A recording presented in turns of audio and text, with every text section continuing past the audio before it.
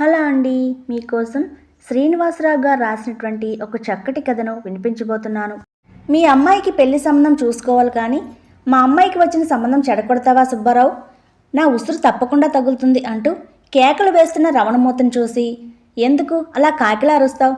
ముందు లోపలికి వచ్చి కూర్చో, జరిగిన విషయం చెప్తాను అన్నాడు సుబ్బారావు. చి, నాకు సిగ్గులేదనుకున్నావా? నీ గుమ్మంలో అడుగు పెట్టడానికి ఎన్నిసార్లు డబ్బులు అవసరమైతే సహాయం చేశాను. చివరికి నీ కూతురు కాలేజీ ఫీజు నా కూతురు ఫీజుతో పాటు కట్టాను. స్నేహానికి విలువ లేకుండా చేశావు అంటూ వెళ్ళిపోయాడు రమణమూర్తి. ఏమిటండి, వాళ్ళ అమ్మాయికి వచ్చిన సంబంధం మనం చెడగొట్టడం ఏమిటి? మీ స్నేహితునికి పిచ్చి పట్టిందా? అసలు మనం అమ్మాయికి పెళ్ళి ఇప్పుడు అనుకోవటం లేదుగా అంది సుబ్బారావు భార్య రమణి. వాడి తిట్లకి ఎలా జవాబు లేదో నీ ప్రశ్నలకు అలాగే జవాబు లేదు. వాడు కొద్దిగా శాంతించిన తర్వాత అసలు విషయం తెలుసుకుంటాడు. నేను ఏ పని చేసినా వాడి కూతురు రాధిక మంచి కోసమే చేస్తాను. దాన్ని చిన్నపిల్లగా ఉన్నప్పటి నుంచి చూస్తున్నాను. అది కూడా మన అమ్మాయి లాంటిదే అన్నాడు సుబ్బారావు. మనం అలా అనుకుంటే చాలా. నానా తిట్లు తిట్టి వెళ్ళాడు. పక్క ఇళ్ళ వాళ్ళు ఏమనుకుంటారో అని భయంగా ఉంది. అందుకే చెప్పాను, స్నేహం కూడా హద్దుల్లో ఉండాలి అని. వింటేగా మీరు పూసుకొని తిరిగారు అంది. నువ్వు ఒక్కొక్కసారి నా మీద విరుచుకు పడతావు. అలాగే వాడును. కొంత టైం గడిస్తే వాడే తెక్క తిరిగి వస్తాడు అన్నాడు సుబ్బారావు. సుబ్బారావు కూతురు మాధురి, రమణమూర్తి కూతురు రాధిక ఇద్దరు ఒకే కాలేజీలో ఇంజనీరింగ్ చదువుతున్నారు. ఒకరోజు రమణమూర్తి వచ్చి సుబ్బారావుకి చెప్పాడు తన కూతురికి మంచి సంబంధం వచ్చిందని. అబ్బాయి ప్రైవేట్ బ్యాంకులో పెద్ద ఆఫీసర్. అతని తల్లిదండ్రులు కాలేజీ ప్రిన్సిపల్ లెక్చరర్గా చేస్తున్నారు. ఇదిగో ఫోటో చూసి చెప్పు అబ్బాయి ఎలా ఉన్నాడో అని. అబ్బాయి ఫోటో చూసి ఇతన్ని ఎక్కడో చూసినట్లు ఉంది అనుకుని, పిల్లాడు బాగానే ఉన్నాడురా. అయితే రాధిక చదువు పూర్తి కాకుండా పెళ్లికి తొందర ఏమిటి? ఈ కాలంలో ఆడపిల్ల తనకంట కొంత సంపాదన చేసుకుంటే మంచిది అని నా అభిప్రాయం అన్నాడు. దానికే ముందురా, పిల్లాడికి ఇక్కడే ఉద్యోగం. అమ్మాయి చదువుకి ఎందుకు అడ్డు ఉంటుంది? మనకంటే వాళ్ళే ఈ విషయంలో జాగ్రత్తగా ఉంటారు. మంచి రోజు చూసుకుని రాధికను చూసుకోవటానికి రమ్మన్నాను. ఆ రోజు నువ్వు మా చెల్లెలు కూడా రావాలి అన్నాడు రమణమూర్తి. ఒకరోజు పాలవాడికి డబ్బులు కట్టాలి అని చెప్పడంతో ఇంట్లో కూడా చిల్లర లేదు. బ్యాంకుకి వెళ్ళి తెద్దామనుకుని పెందరాలే బయలుదేరి బ్యాంకుకి వెళ్ళాడు. ఏటీఎంలో అన్ని 500 నోట్లు వస్తున్నాయి. బ్యాంకు తెరిచిన తర్వాత చెక్ ఇచ్చి క్యాష్ తీసుకుందామని గోడ కానుకుని నించున్నాడు. ఒక్కొక్కళ్ళే స్టాఫ్ వస్తున్నారు. ఇంతలో మోటార్ సైకిల్ మీద కొత్తగా పెళ్ళైన దంపతులు అనుకుంటా కిలకిల నవ్వుతూ వచ్చారు. వాళ్ళ దగ్గర కీస్ తీసుకుని అటెండర్ బ్యాంక్ తలుపులు తీశాడు.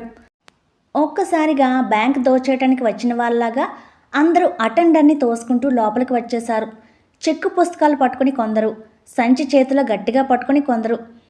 చెక్కు కౌంటర్ క్లర్క్కి ఇచ్చి కుర్చీలో కూర్చొని ఇందాక చూసిన మోటార్ సైకిల్ మీద వచ్చిన మేనేజర్ని ఎక్కడో చూసినట్లు ఉంది, ఎక్కడ చూశాను అని ఆలోచిస్తున్నాడు సుబ్బారావు.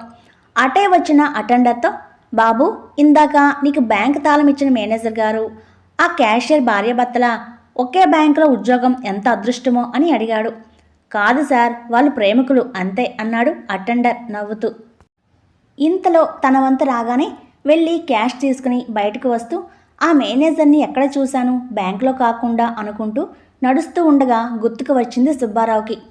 అవును, కొన్నాళ్ల క్రితం రమణమూర్తికి తన కూతురికి మంచి సంబంధం వచ్చింది అంటూ ఈ ఫోటో చూపించాడు. ఇక్కడ చూస్తే ఇతనికి వేరే అమ్మాయితో ప్రేమాయణం. వెంటనే రమణమూర్తికి చెప్పాలి ఈ విషయం, లేదంటే పిల్ల గొంతు కోస్తాడు ఈ సంబంధం ఒప్పుకొని అనుకున్నాడు. ఇంటికి వచ్చి భార్యకి విషయం చెప్పి రమణమూర్తికి ఫోన్ చేశాడు. ఒరే, మొన్న నువ్వు చెప్పిన బ్యాంక్ ఆఫీసర్కి వేరే అమ్మాయితో సంబంధం ఉందట. ఈరోజు నేను ఆ అమ్మాయితో అతను మోటార్ సైకిల్ మీద వికవికలాడుతూ కనిపించారు అని చెప్పాడు. అలాగా, సరే నేను తెలుసుకుంటాలే. ఏదైనా సంబంధం వచ్చిందంటే చాలు చెడగొట్టడానికి రెడీ. నువ్వు కూడా అంతే అన్నమాట అంటూ ఫోన్ పెట్టేశాడు రమణమూర్తి. వీడెప్పుడు అర్థం చేసుకున్నాడు? మూర్ఖుడు. ఇప్పుడు ఏం చేయాలి? చూస్తూ చూస్తూ బంగారం లాంటి అమ్మాయిని ఆ మోసగాడికిచ్చి గొంతు కోస్తాడేమో అనుకున్నాడు. మీకెందుకు చెప్పండి, మీరు చూసింది చెప్పారు. వినకపోతే మీ స్నేహితుడి కర్మ, మనమేం చేస్తాం అంది సుబ్బారావు భార్య. స్నేహం అంటే ఒకళ్ళు పాడైపోతూ ఉంటే ఆనందించడం కాదు, ఎలాగైనా ఈ సంబంధం కుదరకుండా చూడాలి అన్నాడు సుబ్బారావు. సుబ్బారావు కూతురికి విషయం చెప్పి, నీ స్నేహితురాలు రాధికకి వచ్చిన సంబంధం, కుర్రాడు నా బ్యాంక్ అకౌంట్ ఉన్న బ్యాంకులోనే ఉద్యోగం. మొన్న బ్యాంకుకి వెళ్ళినప్పుడు అతడు ఆ బ్యాంకులో పనిచేసే క్యాషియర్తో తిరుగుతున్నాడు అని తెలిసింది. ఆ విషయం రవణమూర్తి అంకుల్కి చెబితే నేను కావాలనే కల్పించి వాళ్ళ అమ్మాయికి వచ్చిన సంబంధం చెడగొడుతున్నానని అనుకుంటున్నాడు. రేపు ఆదివారం పెళ్లి చూపులట, ఏం చేయాలో తెలియటం లేదు అన్నాడు. ఎందుకు నాన్న కంగారు? రాధిక నా స్నేహితురాలిగా, అయినా దానికి చెప్పి ఉపయోగం లేదు. దానికి వాళ్ళ నాన్న అంటే అంత నమ్మకం. నా దగ్గర ఒక ప్లాన్ ఉంది, మీరు కొద్దిగా సాహసం చేస్తే చాలు అని తండ్రి చెవిలో తల్లి వినకుండా రహస్యం చెప్పింది. ఆదివారం నాడు బ్యాంక్ ఆఫీసర్ శ్రీకాంత్ పెళ్లి చూపులకి రవణమూర్తి ఇంటికి వెళ్ళాడు, తల్లిదండ్రులతో సహా. టిఫిన్ తిన్న తర్వాత రాధికని చూపించారు. పిల్ల వంక చూడకుండా ఇల్లు వంక చూస్తున్నావేమిట్రా అన్నాడు శ్రీకాంత్ తండ్రి. బ్యాంక్లో పనిచేస్తున్నాను కదా నాన్న, ఎక్కడికి ఇన్స్పెక్షన్కి వెళ్ళినా ఆస్తి విలువ ఎంత ఉంటుంది, బ్యాంక్ లోన్ ఇస్తే డబ్బులు తిరిగి వస్తాయి అని చూడటం అలవాటైపోయింది. సారీ, ఏమీ అనుకోకండి, అమ్మాయి నాకు నచ్చింది. చదువు విషయం మీరు చెప్పారు కాబట్టి మీ అమ్మాయికి నేను నచ్చితే మిగిలిన విషయాలు మా నాన్నగారితో మాట్లాడండి అన్నాడు రవణమూర్తితో. బుధవారం ఉదయం బ్యాంకు తెరవగానే సుబ్బారావు కూతురు మాధురి ఇద్దరు లోపలికి వెళ్లారు. క్యాషియర్తో విరగబడి నవ్వుతూ తన రూమ్లోనికి వెళ్తున్న శ్రీకాంత్ని చూసింది. బ్యాంక్లో పెద్దగా రష్ లేదు. మాధురి మెల్లగా వెళ్ళి క్యాషియర్ రమణికి ఒక పేపర్ అందించింది. అది చదవగానే రమణి మొహం నల్లగా మాడిపోయింది. తను ఇచ్చిన నోట్లో రాసినట్టుగా మాధురి బయటికి వెళ్ళి నుంచుంది రమణి ఫోన్ కోసం. రమణికి ఫోన్లో తన ప్లాన్ చెప్పి, ఇప్పుడు మా నాన్నగారు శ్రీకాంత్ని కలిసి నా ఫోటో ఇచ్చి మా ఇంటికి పెళ్లి చూపులకి రమ్మని పిలుస్తారు. ఒక పక్కన మిమ్మల్ని ప్రేమిస్తూ నిన్న ఆదివారం మా స్నేహితురాలను చూసి వచ్చినప్పుడే శ్రీకాంత్ మోసగాడు అని అర్థమైంది. ఆ విషయం మీకు మా స్నేహితురాలి తండ్రికి అర్థం కావాలి. అందుకే చిన్న నాటకం. మీరు సహకరిస్తే ముగ్గురు ఆడపిల్లలం రక్షించబడతాం అంది. శ్రీకాంత్ గదిలో నుంచి బయటికి వచ్చిన తండ్రిని కలిసి ఏమన్నాడు అని అడిగింది. రేపు సాయంత్రం ముందు తను ఒక్కడు వచ్చి చూసి నచ్చితే ఊరు వెళ్ళిన తల్లిదండ్రులు రాగానే మళ్ళీ వచ్చి మిగిలిన విషయాలు మాట్లాడుకుందాం అన్నాడు అని చెప్పాడు సుబ్బారావు కూతురికి. ఫోటో ఇవ్వకుండా తీసుకుని రమ్మన్నాను, తీసుకుని వచ్చారా అంది. ముందు ఫోటో తన దగ్గర ఉంచమన్నాడు. ఎలాగో అమ్మాయిని చూస్తారు కదా, ఒకరినొకరు నచ్చితే ఫోటోలు ఒకరికొకరు ఇచ్చుకుందరు గాని అని తీసుకుని వచ్చేశాను అన్నాడు. మర్నాడు సాయంత్రం శ్రీకాంత్ ముస్తాబయ్యి బ్యాంక్ నుంచి బయలుదేరుతూ క్యాషియర్ రమణికి చెప్పాడు, తను అర్జెంట్ పని మీద బయటికి వెళ్తున్నాను, నువ్వు ఆటోలో వెళ్ళిపో అని. అలాగే అన్న రమణి శ్రీకాంత్ బయలుదేరగానే తను కూడా బయలుదేరి మాధురి ఇచ్చిన అడ్రస్ ప్రకారం మాధురి ఇంటికి వెళ్ళింది. ఇంటి ముందు శ్రీకాంత్ మోటార్ బైక్ ఉండడం చూసి శ్రీకాంత్ మోసం గ్రహించింది.